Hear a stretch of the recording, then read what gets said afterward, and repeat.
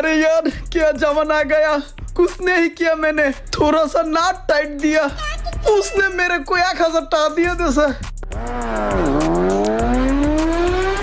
দেখছস বেটা, নগদ একটা নাট টাইট দিয়ে 1000 টাকা কামাইয়া নিলাম, আর তোর হইলো কুত্তে রাশি, বছরের পর বছর যাইবো গা, কোনো টাকা কামাইতে তিনা। ধর 2 লিটার একটা ঠান্ডা কোক লয়ে যা।